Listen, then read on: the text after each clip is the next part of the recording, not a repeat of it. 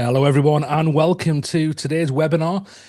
Really excited for the webinar today as we have some very special guests joining us from Grammarly. So we're going to be answering the question. The whole kind of conversation is going to be revolving around this question: can students write authentically with AI?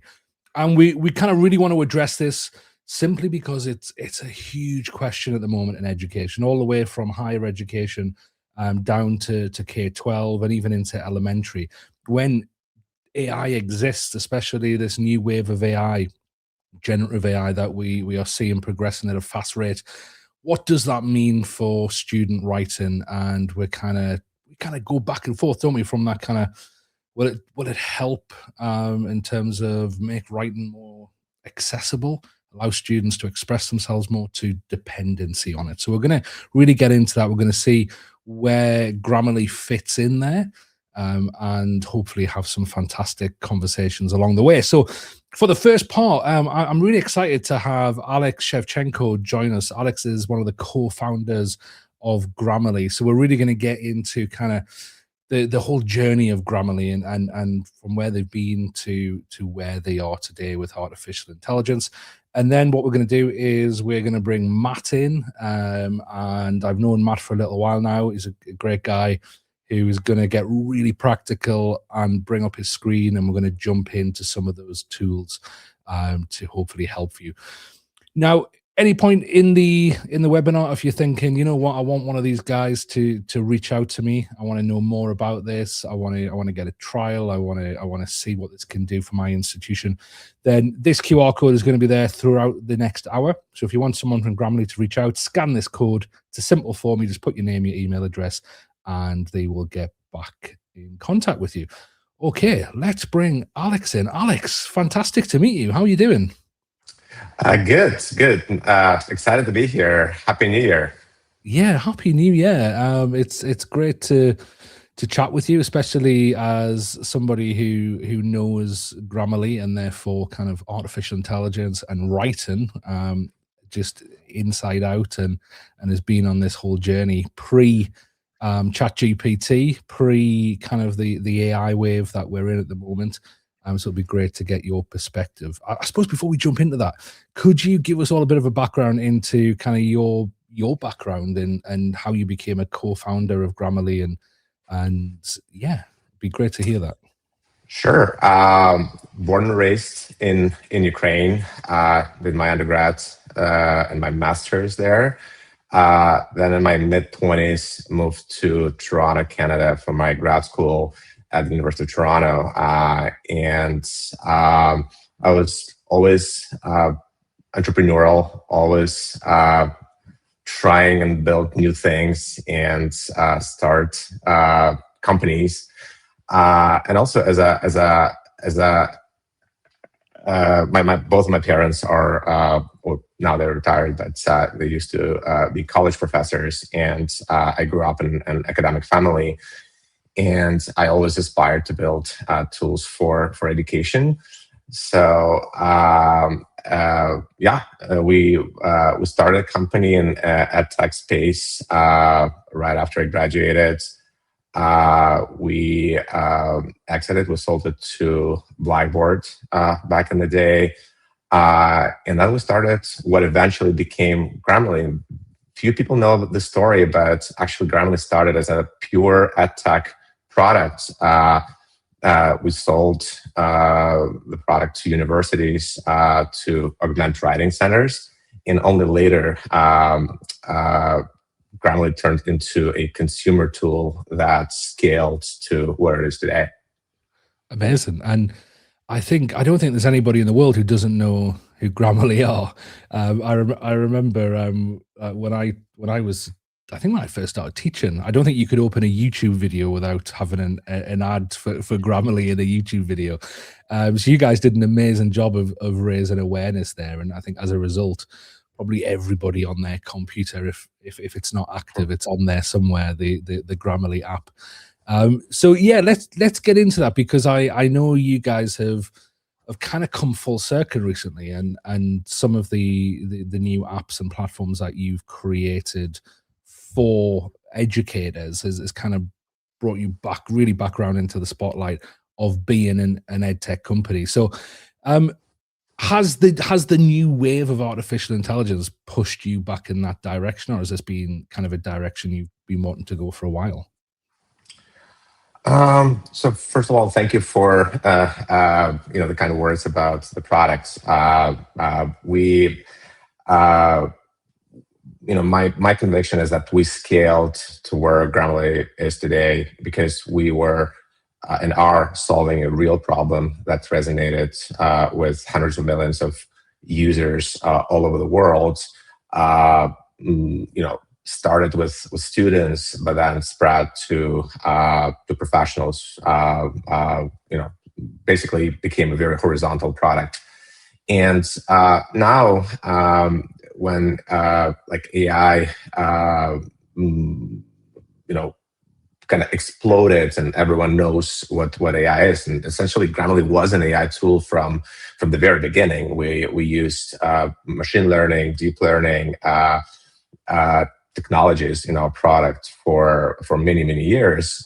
But in today's world, where AI is very ubiquitous, we continue to solve real problems that we identify, and this is a blessing to build in a space that the whole team is passionate about and can relate to as users. But also, again, we have everyone here was a student at some point, and they understand the disruption that AI brings with it to education, and to have this opportunity to build tools that can define the next generation of learning that is AI native is a true blessing.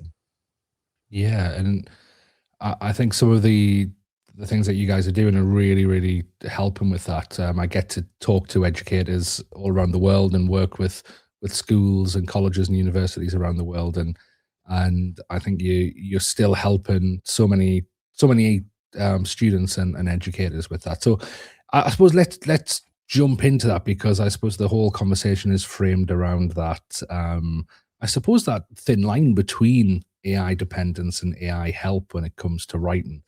As a company internally, is this something you're aware of? Or is it something that you try to address regularly when you're trying to solve problems?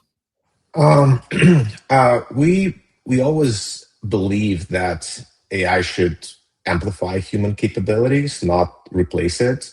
And we always build tools that help students understand why something works, not just fix it automatically. So the kind of the remedial core of the product was there like through the entire evolution of Grammarly's products. And Grammarly, we wanted to create AI that helped people, students, educators, professionals, teams communicate with confidence everywhere they write.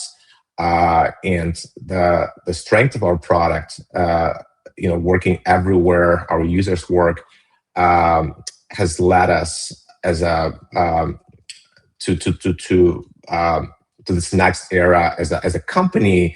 So recently in October, we changed our corporate name to Superhuman and introduced a productivity suite that includes Grammarly, a writing surface, a document surface from the company called Coda that Grammarly has acquired a year ago, and new edition of a product called Superhuman Mail.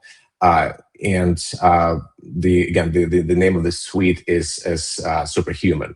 So Grammarly isn't going anywhere, and we remain as a AI writing assistant product in the suite. So we are building on top of what we learned from Grammarly, that users want this proactive and intuitive AI everywhere they work. So this ubiquitous nature of Grammarly is very central to the offering that we're building today.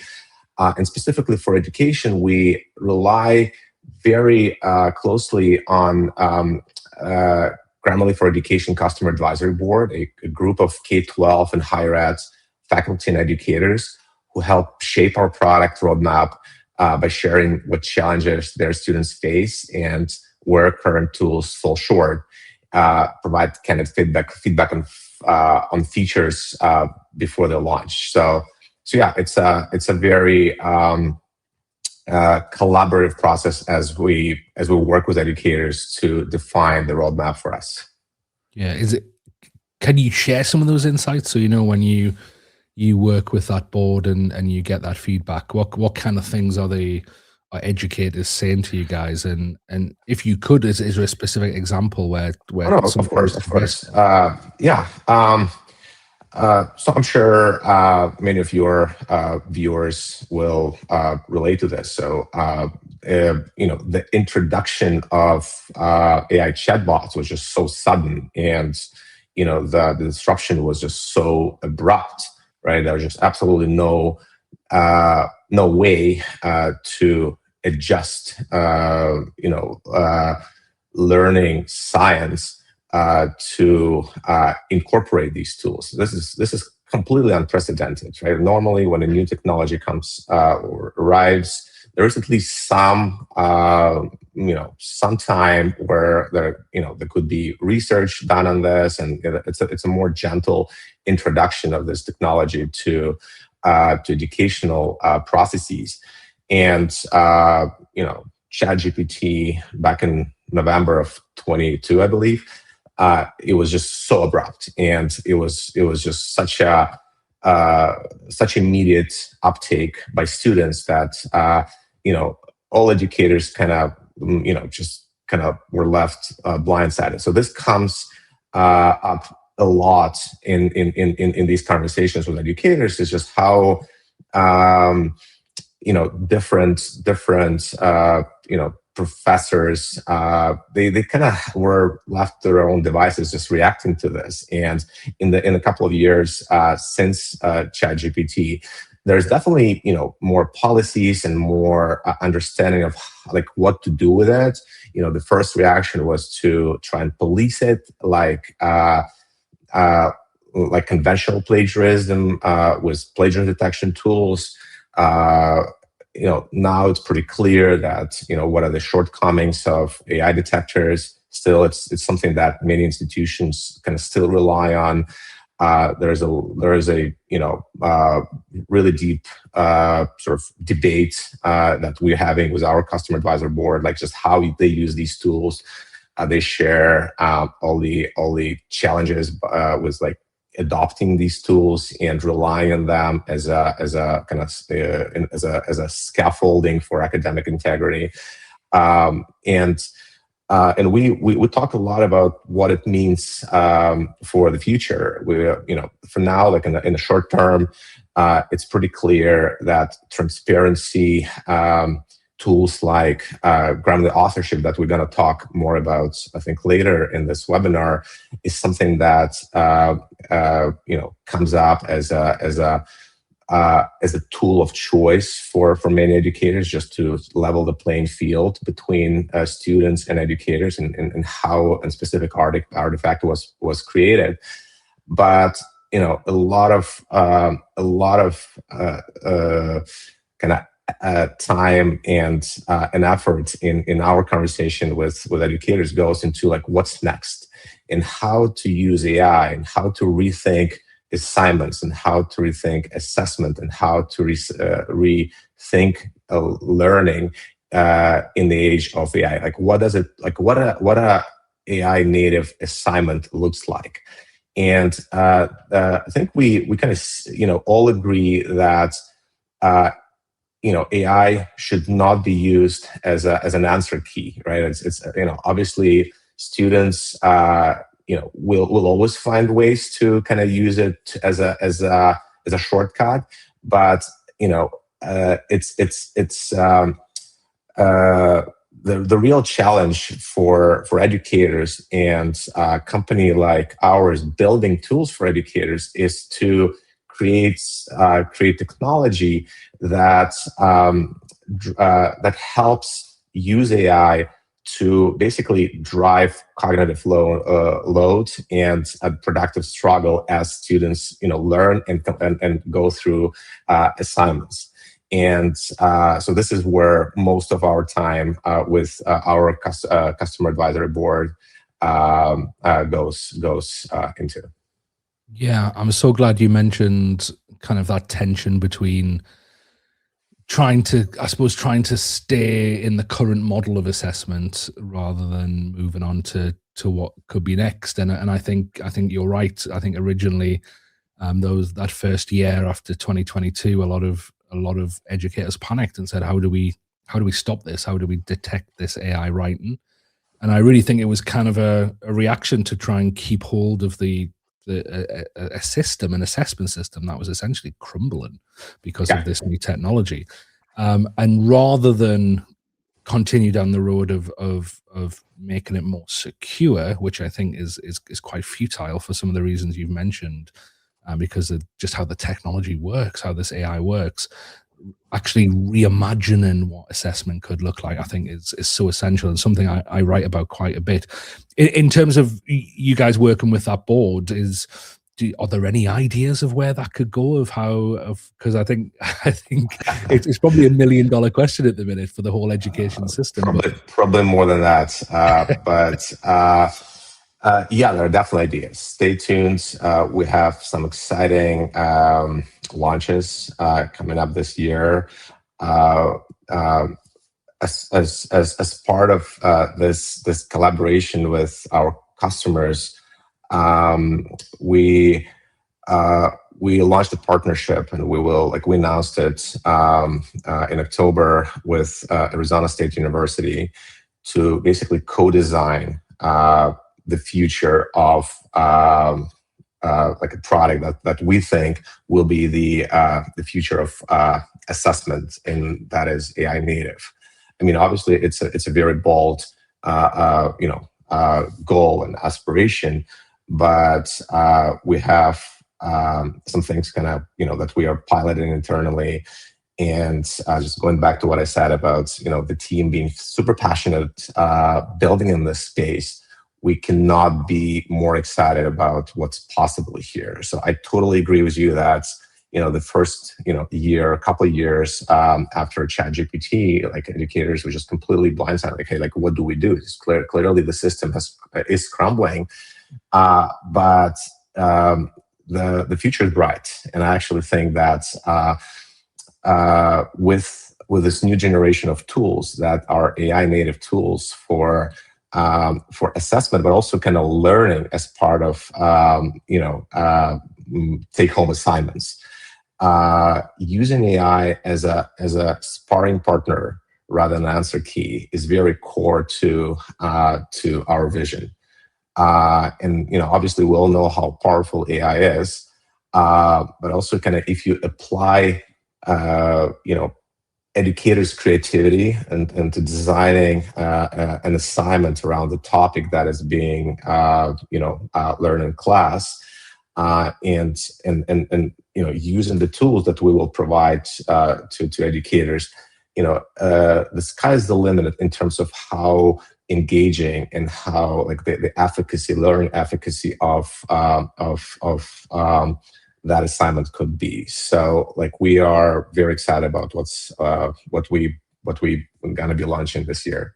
Yeah, it sounds exciting. It sounds, whatever it is, it could be much needed.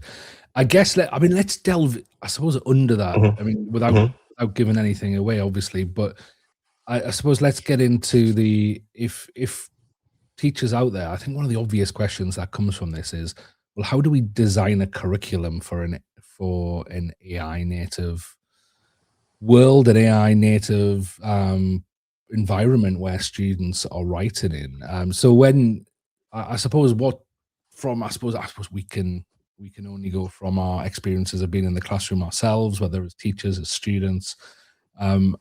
How do you think a modern curriculum for an AI world has to change in terms of how it's preparing students for writing? It's a great question, because I think this this will evolve over a number of years, and providers like Superhuman will be building tools to kind of ignite this creativity for educators to design the new generation of engaging learning materials and assessment scaffolding for it. You know, we it would be silly for me to say that we have all the answers. That's why it's so critical for us to partner with the best thinkers and the best minds out there to, try new things and to introduce them to the markets and introduce them to educators and see what works, what doesn't, so that curriculum could be adjusted based on that. So, I have some hypotheses that are more like the broad hypotheses of what these tools should do, and I mentioned the cognitive load and AI as a sparring partner as a student is completing the assignment, right? So just kind of the whole rethinking of assignments will be needed, and just that's definitely related to designing the curriculum, right? So like a question that an educator can ask themselves when they look at the assignments that they have as part of their course, if AI can complete that assignment end to end, they probably they have to redesign the assignment, right? Because yes, you can rely on code of conduct, all the academic integrity policies that you have, but still it's not it's not future proof, right? So and we believe that the assignments will need to be redesigned based on like specific thinking processes that an educator wants to ignite and jumpstart as part of completing that assignment. So you kind of need to turn this assignment just like, think of it not as a kind of like, just one broad task, but as a series of tasks, each of which ignites a specific thinking or cognitive process that increases cognitive time under tension. I really like this term, right? It's kind of like, in weightlifting, you have this muscle time under tension. So that the cognitive time under tension as a metric of how much time a student has spent thinking about solving the problem in a measurable and verifiable way. And that's another, I think, just for assessment, it's very critical to have that layer. So this is the future of these kind of redesigned assignment. That's my hypothesis. Again, I'm not a professional. Just I'm sure there are many very smart researchers and policy makers out there thinking about this very problem. So I would love to collaborate with them, but this is just my hypothesis where it's going. Yeah, I often think about I call it 3 Ps. So the process, the product, and the performance, and how in education we've kind of become obsessed with the product. So what is this thing that students do? I mean, we focus on writing within education, but whatever it is, we look at it, we examine it, we do a 360 on it, and we go, right, well, that must be what the students learned because this is what they've produced. When actually there's the whole process that goes before that. There's the decisions that are made, there's the tools that are used, and so on. And then there's the performance of it, whether that be the application of that new knowledge to a real world problem, whether it be a collaborative conversation between students, whatever it might be. There's actually more dimensions to assessment that I think and I suppose it's obvious because I see a lot of fear, working directly with educators. There's a big fear of, well, actually assessing the product is a lot more efficient than other methods because there's only a limited amount of time that an educator's got.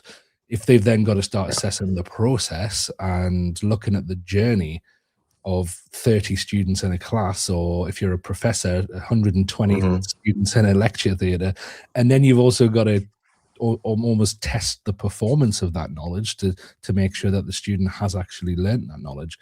We get into crazy inefficiencies within education. So I suppose within what you guys are doing, and I suppose that's where technology can step in, and I suppose help us Yeah. to help educators to do those different forms of assessment. And is that kind of a track you guys are on?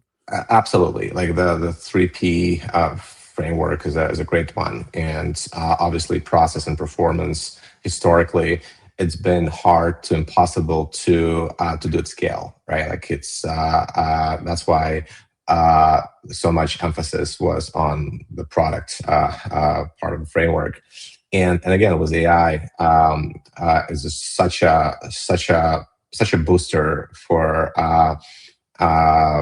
leveraging the other two P's. And on the process side, we will talk about the product that we call Grammarly authorship, and that provides visibility and transparency into the process part of the framework.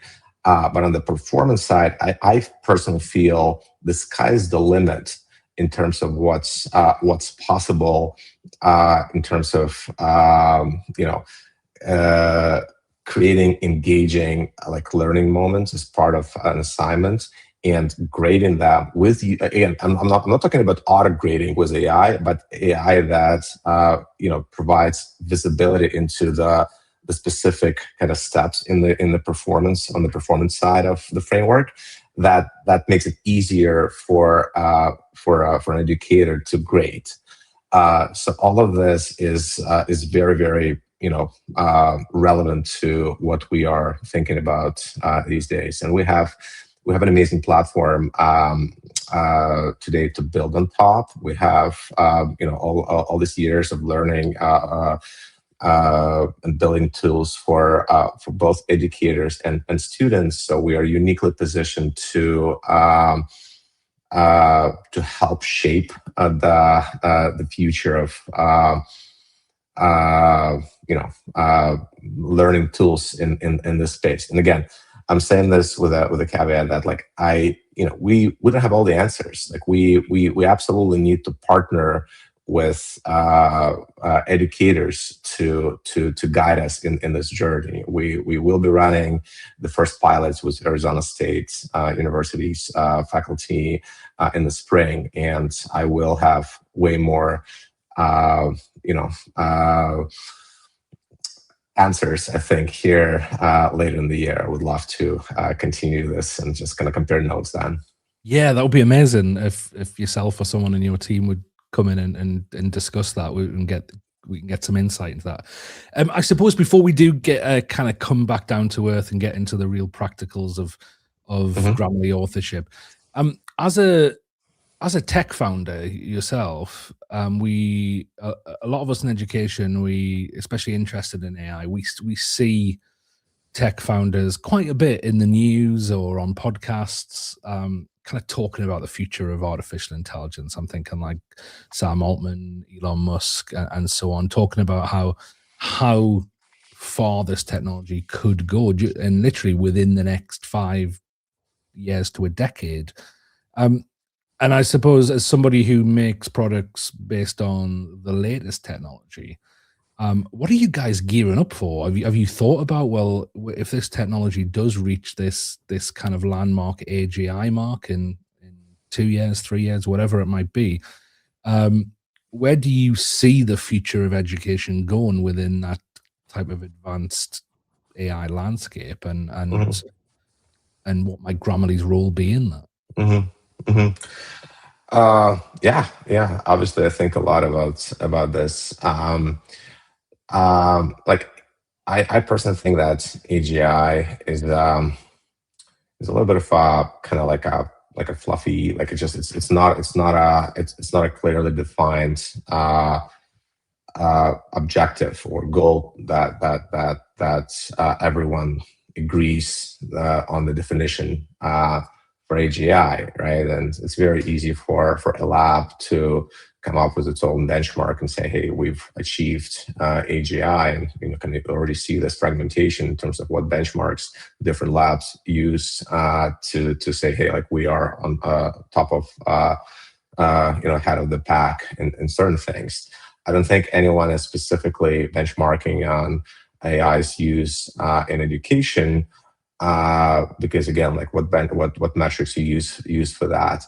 So yeah, like I'm just a little gonna do this about the word AGI, but I am very bullish on and I'm an optimist. So I do think that that the society will figure out how to leverage this incredibly powerful to technology for the good of the society, and specifically for education. I do believe that it's going to be like a complete transformation of how humans learn. And the name of the company is Superhuman, and we set out to build tools that augment humans, and we are specifically focused on products that make students, educators, professionals, 10x versions of themselves. And I am a big believer that there's not going to be like a replacement where like AI will become an instructor or an educator. It's going to replace great professors out there. I think teaching is a social exercise, and all the and social skills is absolutely fundamental to I think help develop, and great professors will need to help with that, and just how, like, if it's writing, again, like writing is a form of communication, writing is a form of thinking, and just how this as a medium helps interact with other humans. So I believe all of these things will stay as specific subjects and specific kind of teachable moments and skills. But AI will be very, very central to how these skills are being taught and acquired. So I really believe there's going to be like a major transformation in the next 3-5 years, because there's just really no choice, right? And we've built products for education since 2006 and 2005, I believe. So it's been like over 20 years that I've been thinking a lot about this space.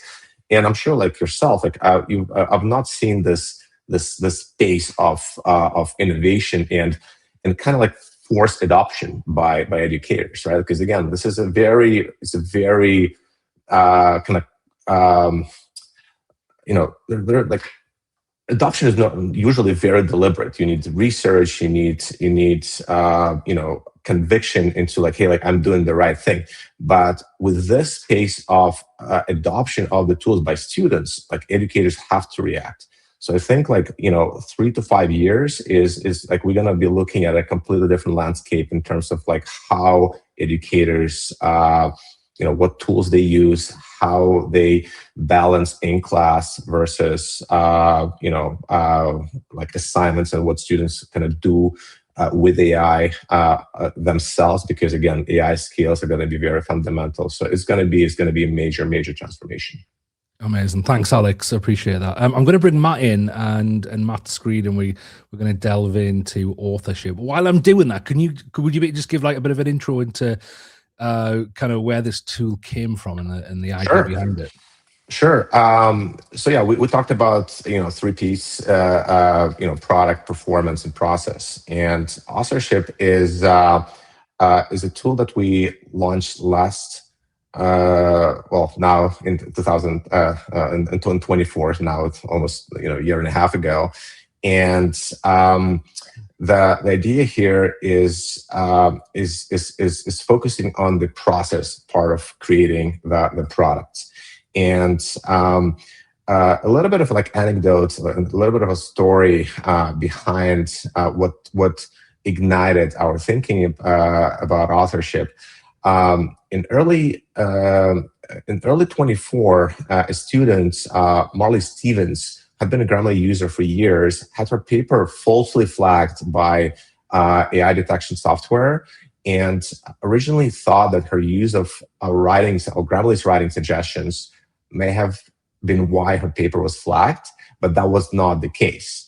So, but unfortunately, Marley failed the course, lost her scholarship, and was deeply impacted by the wrongful AI detection. And her case made us realize that although this was not a problem Grammarly has created, we felt like it was an opportunity to step in and create peace of mind for both students and faculty. So Marley's situation inspired us to build Grammarly authorship to enable transparency.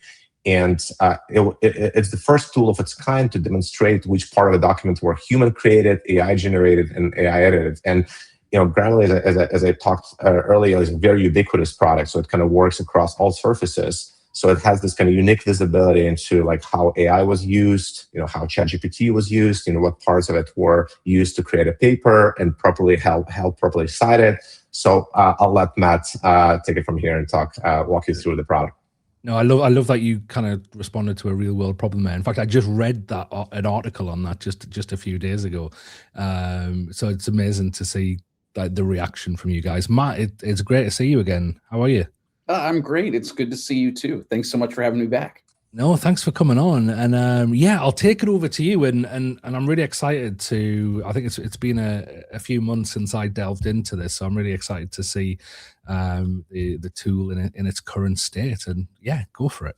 Amazing. Well, by just way of quick introduction for listeners who I haven't had the privilege of meeting yet, Matt Haggerty. I work on the education division here at Superhuman. My background is all in education. I worked at a few universities before moving into the ed tech space, and in my personal life have the absolute delight of being married to an English professor. So some of what we are going to talk about here has both the professional as well as personal implications for me. In terms of authorship, what I hope to show you is how the transparency that Alex referenced that authorship brings really transforms the tension that you were describing, Dan, that AI has introduced into the classroom. It transforms that tension into real learning opportunities so that educators have a chance to spend time where they want to, teaching students the skills and practices that they need to go on and be successful people post degree, and give students the ability to also focus on what they want to, which is writing with their voice authentically without the fear of being flagged for doing something inappropriate, probably because either they didn't understand the instructions or something just wasn't quite clicking for them in the way that it was meant to. To do that, I'm going to start by just pushing us right into what the heck is an authorship report. So what you see on screen here is just that. It's something that the student gets to see first and can then share with their faculty member. And what I want to call out is that really important to us is precise categorization of where the words came from. What this means is, unlike a detection tool that is making a sort of educated guess at to where a word or string of words came from, authorship is telling us, hey, this piece of text was typed and unmodified by a human, in this case, me. And that's different than something that was copied or generated, say from an AI like ChatGPT, or some kind of website like Wikipedia. You'll note as well that from this student-facing view, we're calling out like, hey, Matt, it doesn't look like you cited anything here when you brought this text in. You might want to. What kind of citation style are you using? So try to both remind the student and also remove some of that friction in the context of this report. Matt, so this is the student point of view, isn't it? So this is the student getting these reminders to cite what they're doing. Absolutely. And it's an important point that the student is the one who is taking a look at this first, because at Superhuman, one of our guiding beliefs is that students are well-intentioned. right? When you survey them, what most will tell you is that they are using AI and they are unaware of their institution's AI policy. And that makes sense because most institutions' AI policy is, well, do what your instructor says. And then when you get down to that level, you put students in a position where they might be taking the same course as a friend whose classes with a different instructor and therefore has a different AI policy. And that can be pretty confusing. Introduce authorship, and now you have an opportunity where the educator can come in and set expectations. I want you to use AI, but I want you to do it in these ways. Or on this assignment, I don't want you to use AI at all because I'm really trying to get a sense of you. And whatever it is, now as a student, I get this first pass to say, oh, okay, I've followed the instructions. And so we're good to go. I don't have to worry about turning this in and then getting a stress-inducing email back saying, looks like something didn't go quite right. So absolutely, this is the student view.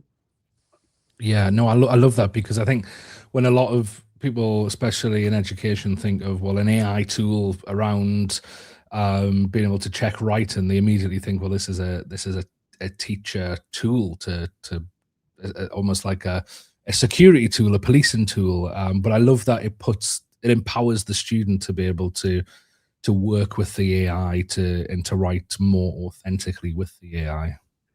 And I'll tell you, in pilots that I've done with this, educators also like the fact that this is encouraging students to own accountability for their own work, right? It's not putting all of the work and onus on educators to be those enforcers.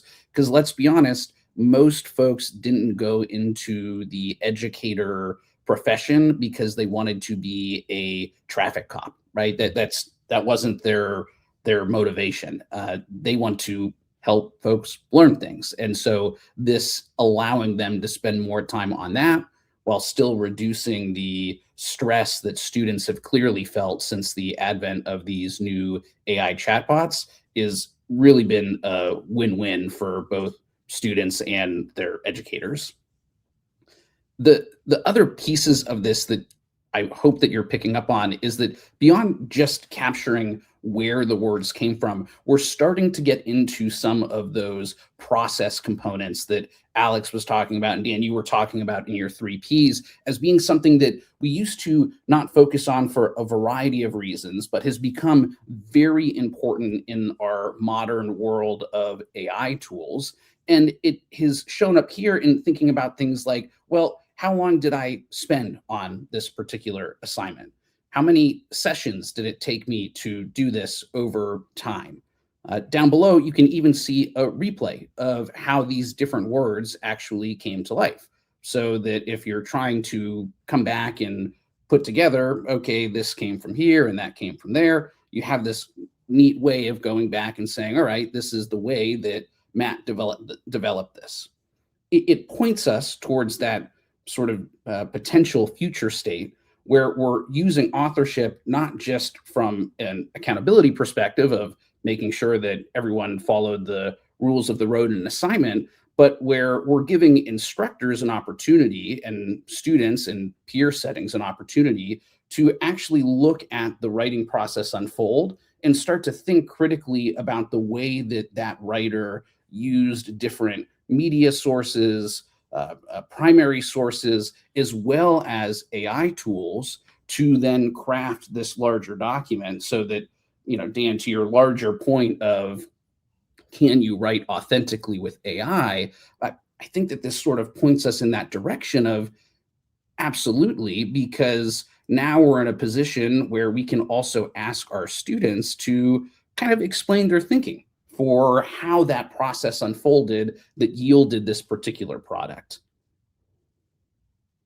The last thing that I'll call out on just this report is that we really want to be clear in those categorizations, what we know and what we don't. And so for folks looking at this gray text, they see unknown, it makes them a little uncomfortable, right? Because we all love certainty when we're thinking about these kinds of conversations. This is, I think, a good acknowledgement of the way the product is thinking, where if we're not sure what the source was, maybe I was in an incognito mode when I copy and pasted this, we'll let you know that it's copied into the document, but we're not sure.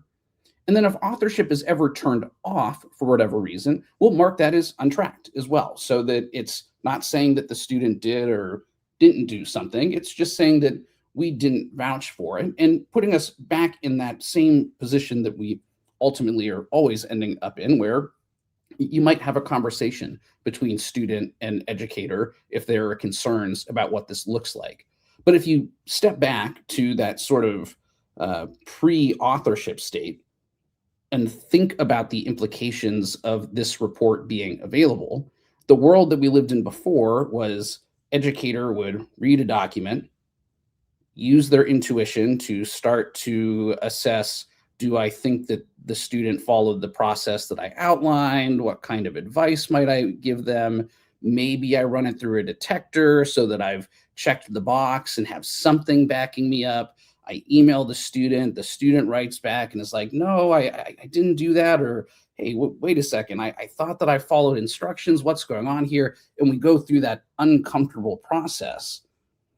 Post-authorship, we're in a world where before the assignment, we set the expectation. I expect no more than 15% of this to be coming from AI, so check. Or I expect 0% of this to be coming from AI, in which case, wherever that is, we're good on that front. And now we can engage in that productive struggle that Alex was talking about to say, all right, if I did use AI, was that AI use really additive? Or was that something that was actually taking away from the assignment? So as an educator, I can coach a student on what is good AI literacy practices versus what might not be helpful in their post-degree life. Yeah, and Matt, when I suppose this is a report once the student has finished writing, but I mean, let's say it flags something in here and the student thinks, right, yeah, I need to replace that bit. Can they edit it within this report, or do they go back to the original document and then get a report again? How does that work? Yeah, it's a great question. And it's important that the report itself not editable, right? So we want to send the student back to that original document. So in this case, I'd be coming back here to that original, in this case, Google Doc, where you see Grammarly is operating here just as it normally would, offering me suggestions on correctness, clarity, engagement. Authorship is working here as well. You see that little thumbprint icon. I've turned tracking on because I'm in control of when authorship is turned on or off. And then any changes that I make here are going to be reflected back into that report. So as a kind of example here that we can see in the replay, at a certain point in the writing of this, I started to include text that I ultimately ended up deleting. So here we can see I used AI to generate what could be a concluding paragraph, and I started to type it up myself. And what you see in the replay is, okay, I sort of rephrased it in some ways to make it more accurate, sound a little bit more like me, but I started with that AI to kind of get something written down and then ultimately delete it.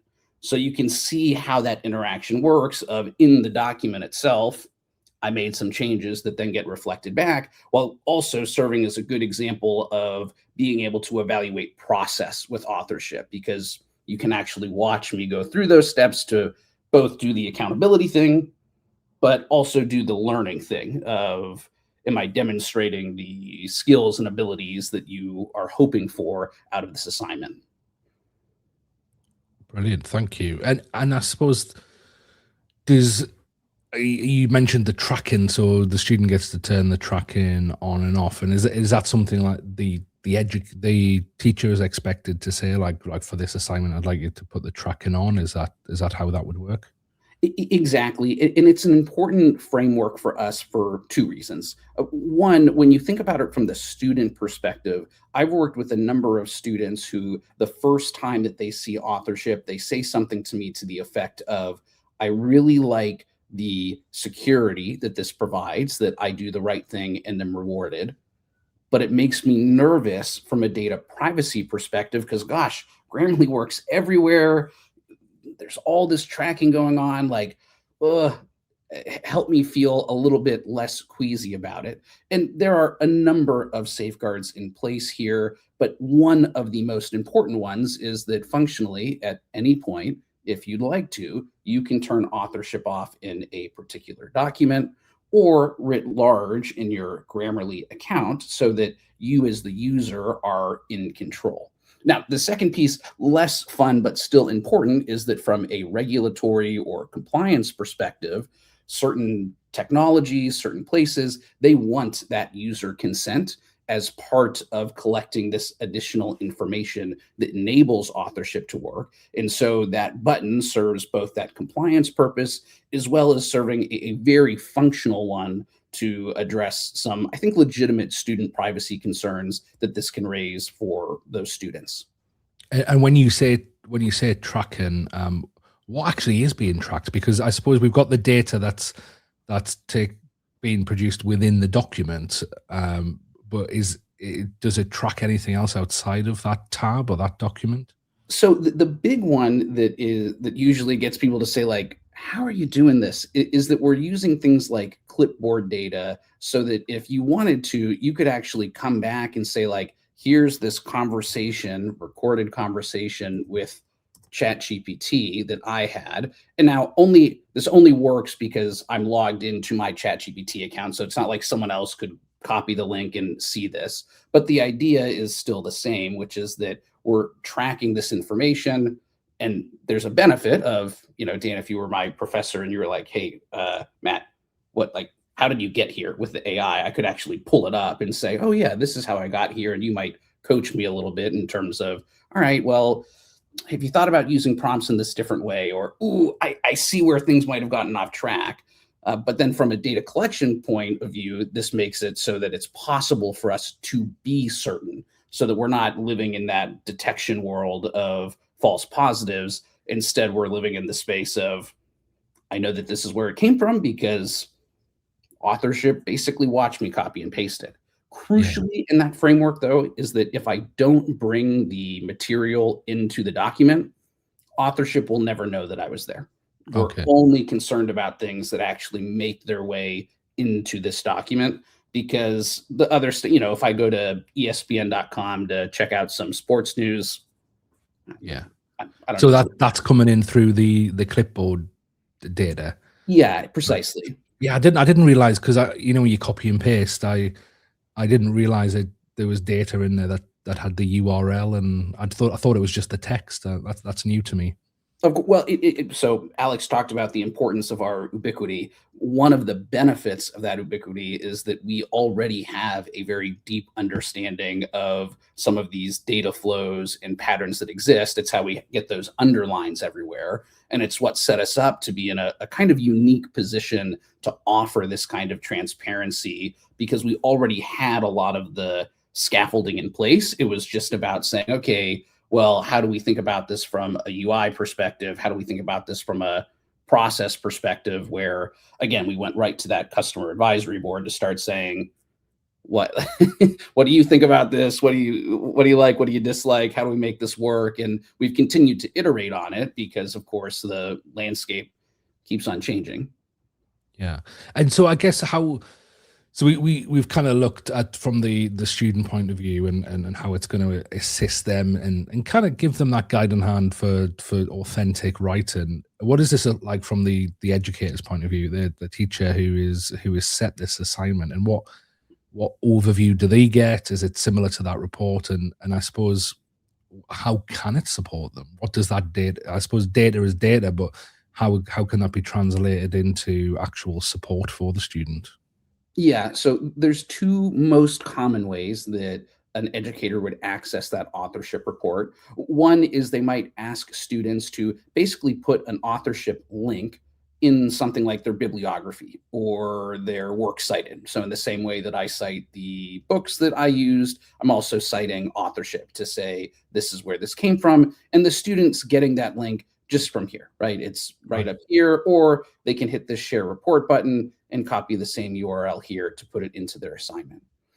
For certain learning management systems, we're also building out LTI connections. So as an example here, I have Canvas pulled up. where in my assignment itself, as that faculty view, I can come in and see, like, let's use Patrick here as an example. There's the high level summary report, and I can click on that same little thumbprint icon, and it's going to pull me into a basically identical view to what the student has, so that it becomes kind of this shared workspace where if I do need to send that seek to understand email that says, I'm nervous that something got lost in translation, we're working off of the same view, right? It's not that detection thing where I say, oh, well, this looked 70% like it was AI. And the student's like, what? Like, what are you even talking about? I didn't know you were using that tool. This is, we're on the same page. We're living in the same world. Let's talk about it here. So one nice benefit for educators to do educating. The other one that I think is interesting, in one of the pilots that we did with this, with Rowan Cabarrus Community College in North Carolina, we worked with their English department, yay, English faculty, and they said that pre-authorship, they had had something like 27 academic integrity violations, almost all of them related to some kind of AI misuse. They introduced authorship, and that semester they had one. And so beyond the student impact there of there's a lot less confusion about what the policy is, there's a lot more learning happening because they're following the assignments as they're designed. There's also a big faculty benefit of they don't have to waste all that time on academic integrity, processes at the institution that, again, I mean, I'm sure they're out there, but I haven't met too many faculty who have come to me and said, oh, yes, I love academic integrity committees and spending time on them. And so getting to put time back towards the teaching that they want to do has been, I think, an incredible benefit for them.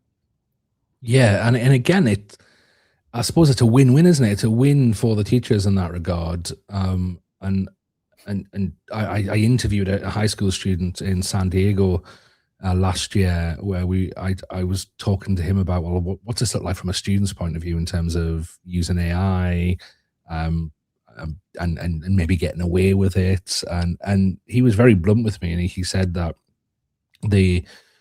there's that many people he thinks using AI in his class that it just overwhelms the teacher so much that the teacher kind of turns a blind eye, lets it happen to a certain extent. I'm sure this is not universal. This is one specific example, just because of the workload that would entail if the teacher actually pursued every single suspected plagiarism case. But so I suppose there's the win there, but then there's also the other side of the coin where actually it's empowering the student to self-regulate, I guess. Yes. I mean, in the spirit of fun anecdotes, I talked to a university administrator who said they had a faculty member quit and go become a postal worker, and they cited the just sheer volume of AI as what led to that burnout. And so, again, the importance of tackling this is paramount for both sides. But what you're describing is exactly right. From a student kind of regulating the use of AI, I think this provides a lot of good structure in terms of what is expected and then what is the work. And you mentioned the kind of high school space where we also have a number of partners. This kind of authorship report also very helpful from a parental perspective, right? An important stakeholder in their child's education is another way of communicating to that interested party of, okay, what does that process look like that your student used, and what are the implications of that, either from an accountability perspective or from a learning opportunity perspective? Yeah. We've got about a minute and a half left. Is there anything you want to kind of showcase within that last minute and a half? I'll give a shout out to the group that we haven't talked about too much yet, the administrators, everyone's favorite person to say that at a high level, we are also providing insight into both the use of authorship, but what I want to really call out is you're also able to see where folks are sourcing material from. And I think this is really important because a part of why we have this push to think about AI is from an employer perspective. There's a lot of demand for talented workers who are AI literate. And I think that this kind of analytics can provide some unique insight into how your institution or pockets of your institution are doing in encouraging students or faculty or whoever it might be to incorporate AI into their writing, that you can then kind of use as evidence to an accreditor or your board of trustees or employer partners and say, what I'm talking about is not just wishful thinking. It's not a next year thing. It's happening now. It's real. We're putting in the effort and seeing these kinds of results in return. Fantastic. Matt, it's been great to see you again and to have you joined by Alex as well. I know Alex had to jump off early, but it was great to have that in-depth chat with him. I think it's always good, and I try to, when we do these webinars, to get a sense of the underlying philosophy. I think as more and more schools are bombarded by lots of different options now, and in terms of technology, I think they really want to get to grips with the philosophy and the kind of why behind the company. So yeah, please do pass on our thanks to Alex for joining us, and thank you so much for what you brought us here and getting us to grips with the practical side of this. Matt, it was a pleasure as always, and enjoy the rest of your day. Thanks so much. Always a delight. Appreciate it. Thank you. As we wrap up today, all that's left for me to say is subscribe to the newsletter. Every Sunday we send out a newsletter with an in-depth article around artificial intelligence and education, latest news from that week, and the latest podcasts from our AI for Educators daily podcast. Also check out the two current books that are kind of making the rounds at the moment. We've got for leaders and aspiring leaders, Infinite Education. Infinite Education is a practical book for developing a strategic approach within your institution, bringing the right people together, and then tasks to help do that practically.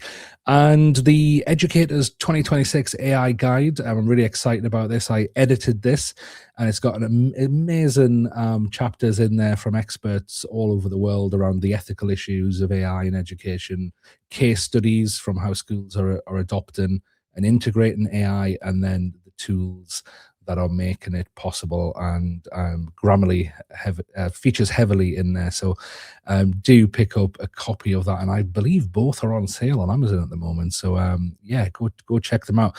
Thanks so much for joining us. Thanks again to Alex and Matt from Grammarly, and please do reach out if you want someone from Grammarly to get in touch with you, and we'll see you next time. Thank you very much, everyone.